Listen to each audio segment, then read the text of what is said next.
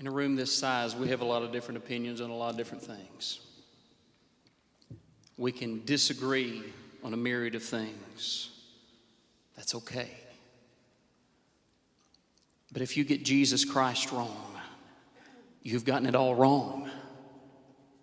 Your eternity is dependent upon what you do with Jesus Christ. Either he is exactly who he claimed to be and who the Old Testament claimed he would be and who the New Testament claims he is, or he is the greatest charlatan this world has ever seen. Hundreds of millions of people down through the centuries have put their lives, put their trust, put their faith in a liar. You can't have it both ways. Either Jesus Christ is God with a capital G, or he is a great deceiver. You must get this right. But if he is who he claimed to be, then not only does he have the right to ask us our worship, but he has the right to demand our very lives.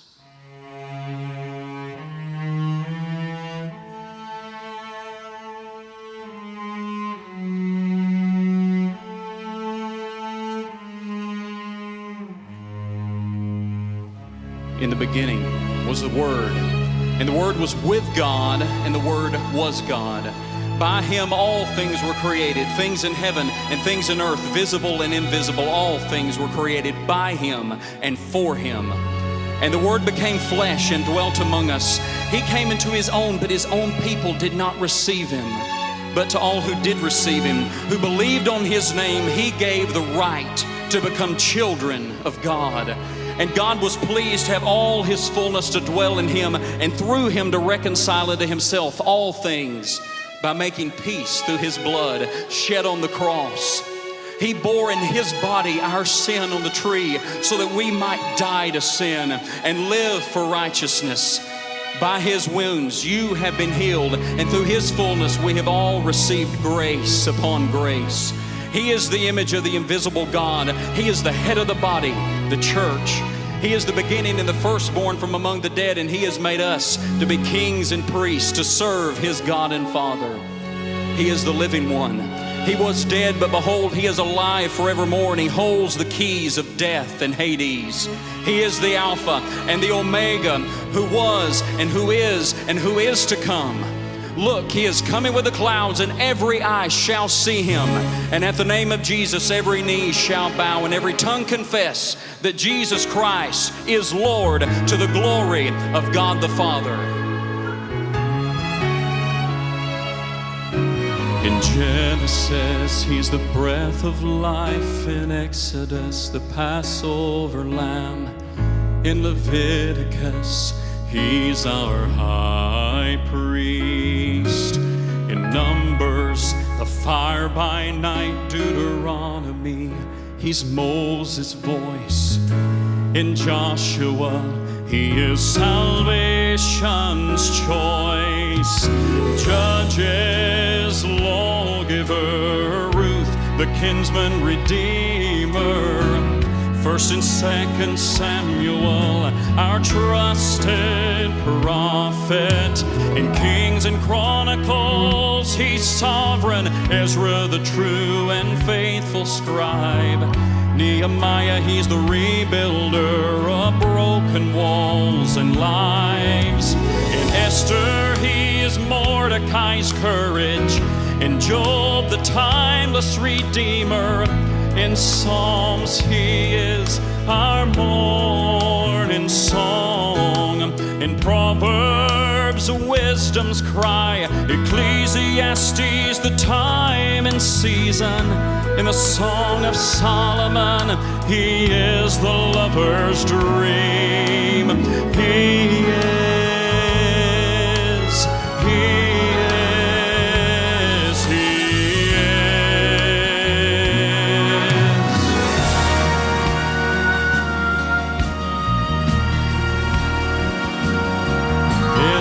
Isaiah, he's the Prince Prince of Peace, Jeremiah the weeping prophet, in Lamentations the cry for Israel. Ezekiel, he's the call from sin. Daniel, the stranger in the fire. In Hosea, he's forever faithful. In Joel, he's the Spirit's power. In Amos, the arms that carry us. In Obadiah, he's the Lord our Savior. In Jonah, he's the great missionary. In Micah, he's the promise of peace. In Nahum, he is our strength and our shield. In Habakkuk and Zephaniah, he is pleading for revival. In Haggai, he restores a lost heritage. In Zechariah, our fountain. In Malachi, he is the Son of righteousness, arising with healing in his wings. He is.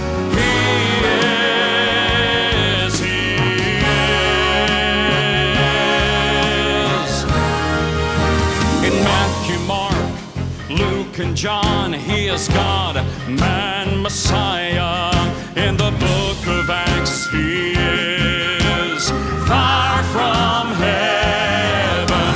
In Romans, he's the grace of God. In Corinthians, the power of love. Galatians, he is freedom from the curse of sin.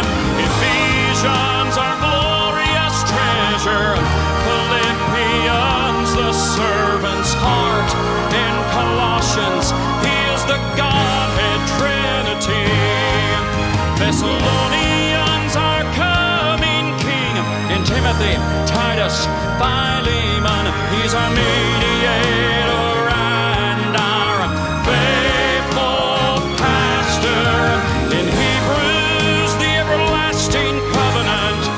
In James, the one who heals the sick. First and Second Peter, he's our shepherd. In John and in Jude, he's the lover coming for his bride. In Revelations, he's King of kings and Lord of lords. He is, hallelujah, yes he is. He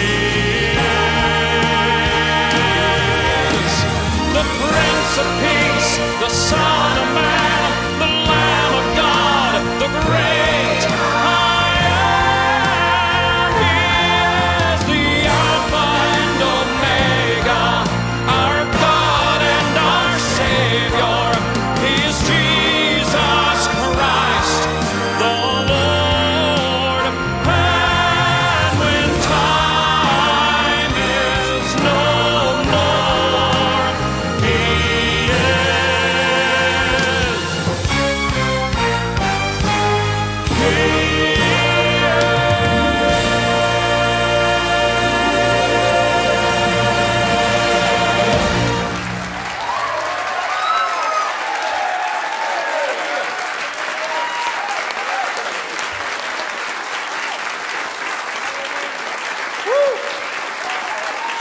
Praise the Lord.